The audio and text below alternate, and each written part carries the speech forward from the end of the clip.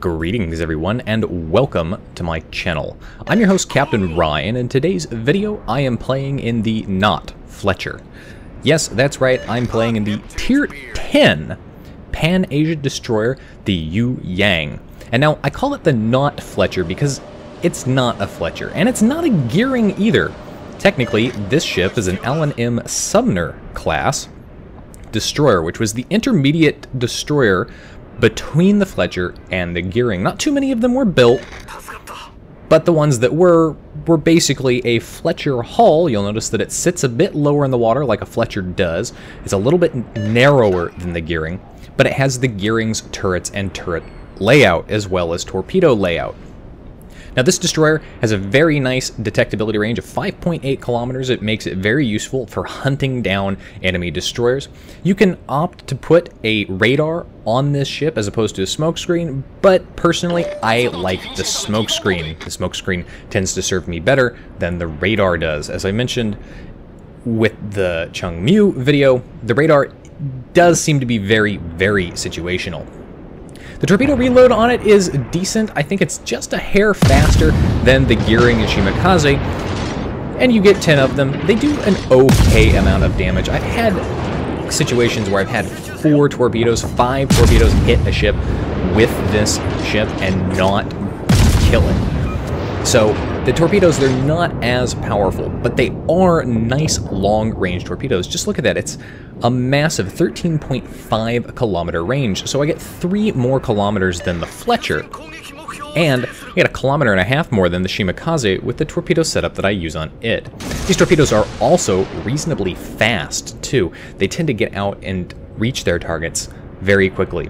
Now this is the first game that I was playing with this ship, so I'm still trying to figure out the torpedoes, figuring out the distances at which I can fire them. For instance, you'll know when I play my Fletcher, I have a tendency to fire off my torpedoes when targets are about 12.5 kilometers away if they're sailing towards me or perpendicular, or parallel, because they're going to sail into my torpedo's range. So, still figuring that out. You can see there the deep water torpedoes for me are circles because that means they won't hit me. The triangles absolutely will, so have to watch out for any of those torpedoes. And I have to say that I've done quite an extensive amount of torpedo beats with this ship since I've had it. I've played almost 25 battles in it. I absolutely love it. The ship does what I want it to do on a maneuverability side of things, and the guns are actually pretty good. I mean, think Fletcher maneuverability, Fletcher concealment with Gearing guns. And that makes me happy. Managed to connect out on that degrosser there with a couple of torpedoes. Caused some flooding, not enough to take him out. He did get hit by the Z-52's torpedoes as well, it looked like. So, did put that flooding out right away. Now I'm going to go ahead and try and set him on fire. These may only be the 127mm guns, same as you get on the Fletcher, on the Gearing, but they seem to do okay for setting fires.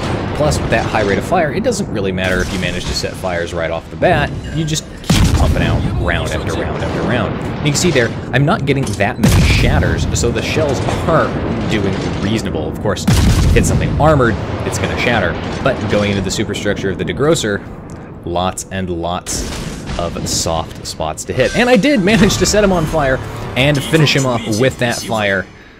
So there's my first kill of the game.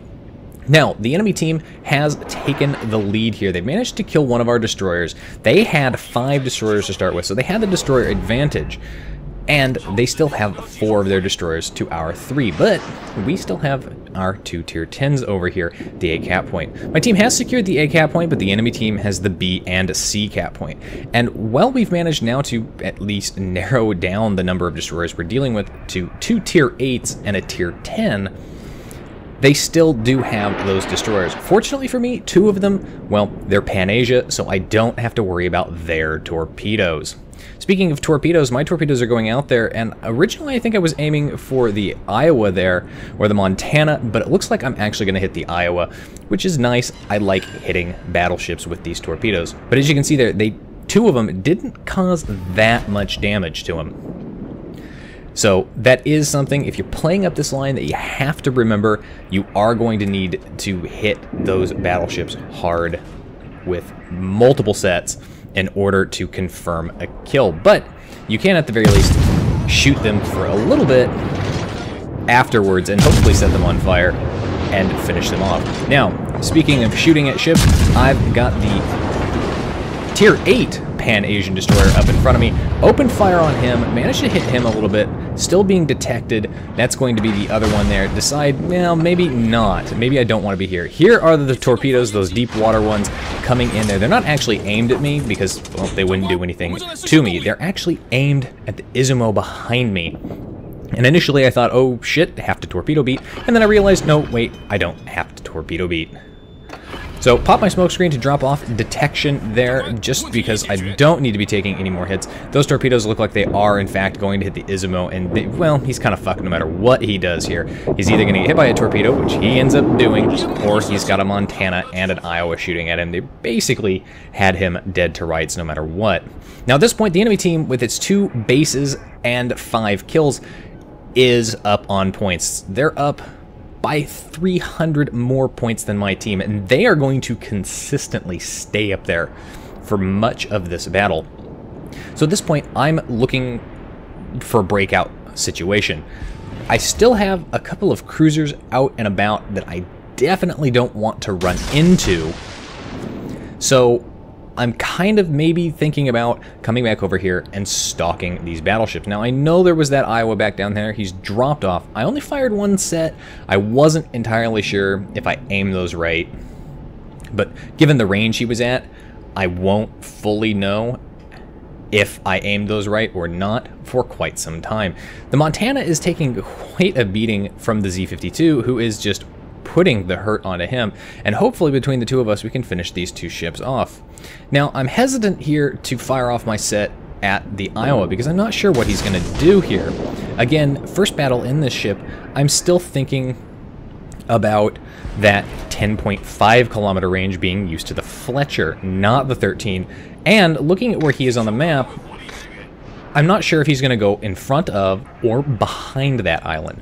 Now, that first set of torpedoes that I got out there, they're almost there, and it looks like I just barely missed him with those. Really disappointed that I wasn't able to get him with at least 1. That would have been nice. Hopefully the second set will do it here, but you'll notice he turned. He saw those torpedoes, and he kind of turned in, and that little bit of a turn, well, that's going to be just enough. And again, I'm still not sure if he's going to go in front of or behind that island. But you can see as the torpedoes are getting out there, that turn and slowdown was just enough, so I'm going to go right in front of his bow this time.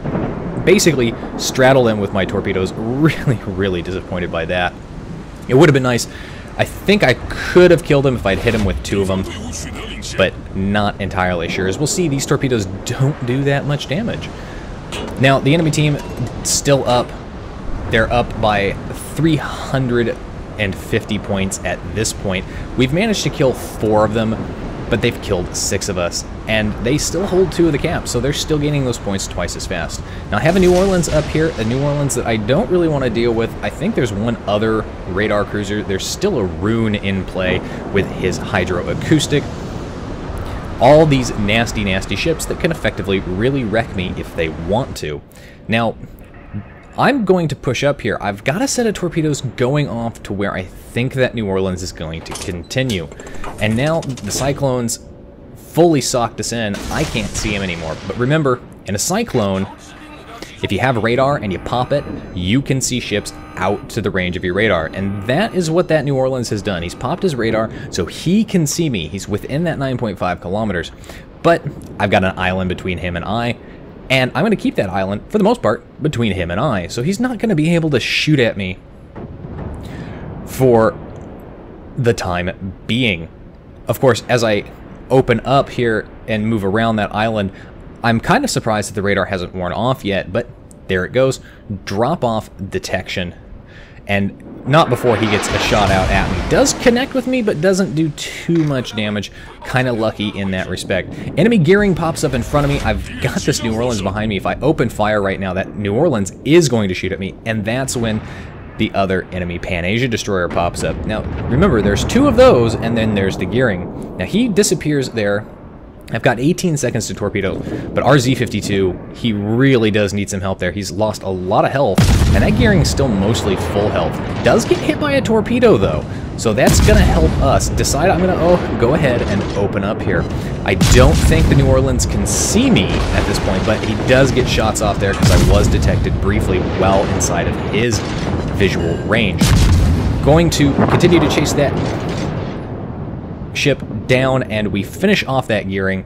The Z-52 claims that kill, but you know what? That Z-52, the gearing managed to set him on fire just before we took him out. So that Z-52 is unfortunately going to meet his end. And at this point, the enemy team, well, look how many points they have. They're in the 800 range.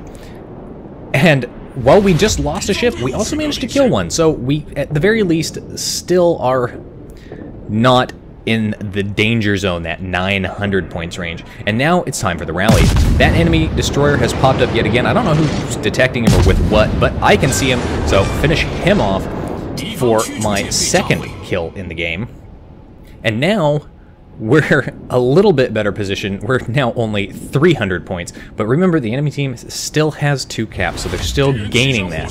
They're down to just 1 destroyer, and the difference is between me and him is that that destroyer is a tier 8, and he's also got significantly less health than me. Our Montana is in a very bad situation. He has an enemy Montana hiding behind this island, and the Amagi finishes him off.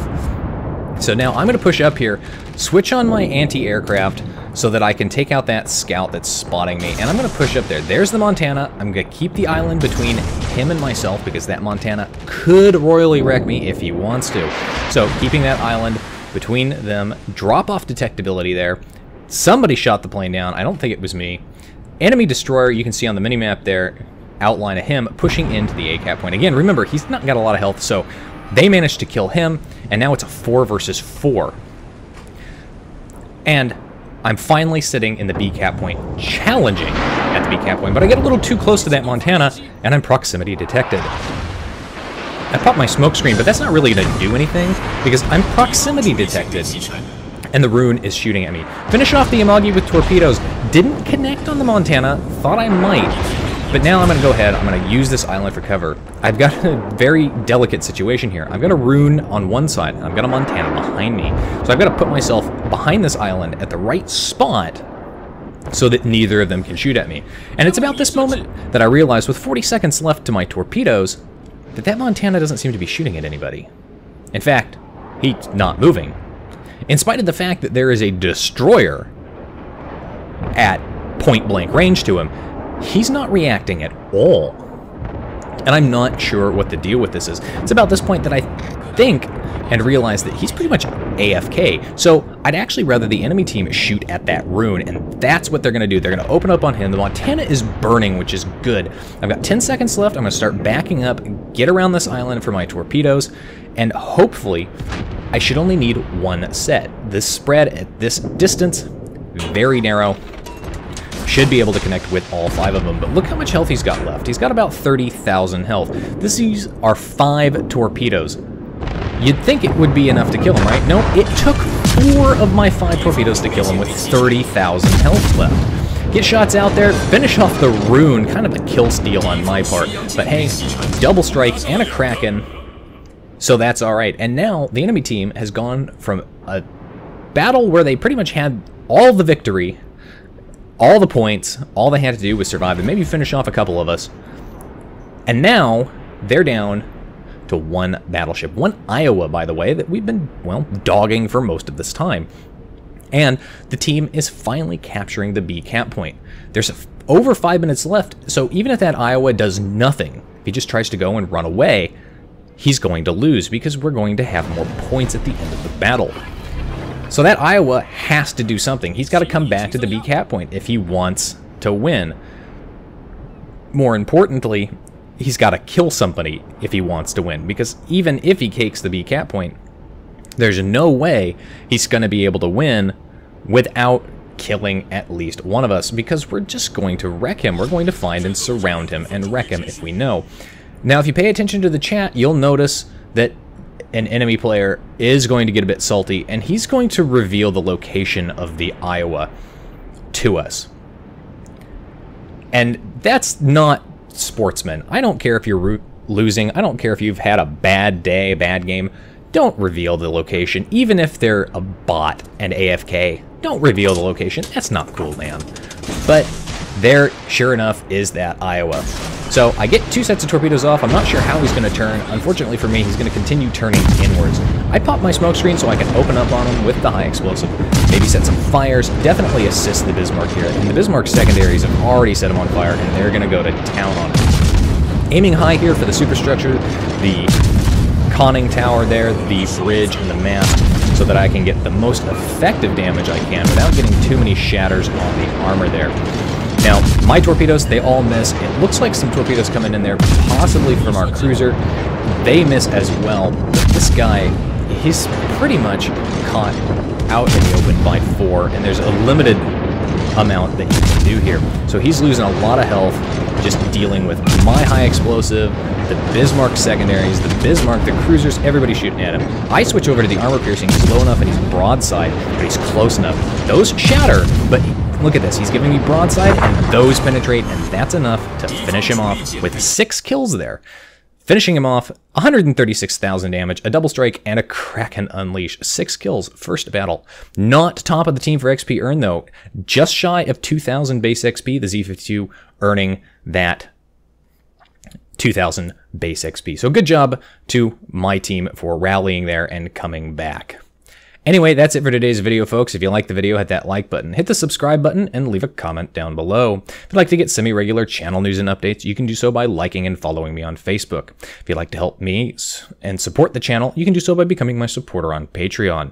If you've got a replay like this one that you'd like to see featured on my channel, you can send it to my email. And if you'd like to watch me play various games live, you can do so by following me on Twitch. You can find the links for all of those in the video description down below. And as always, I'll see you next time. This is Captain Rye, signing off.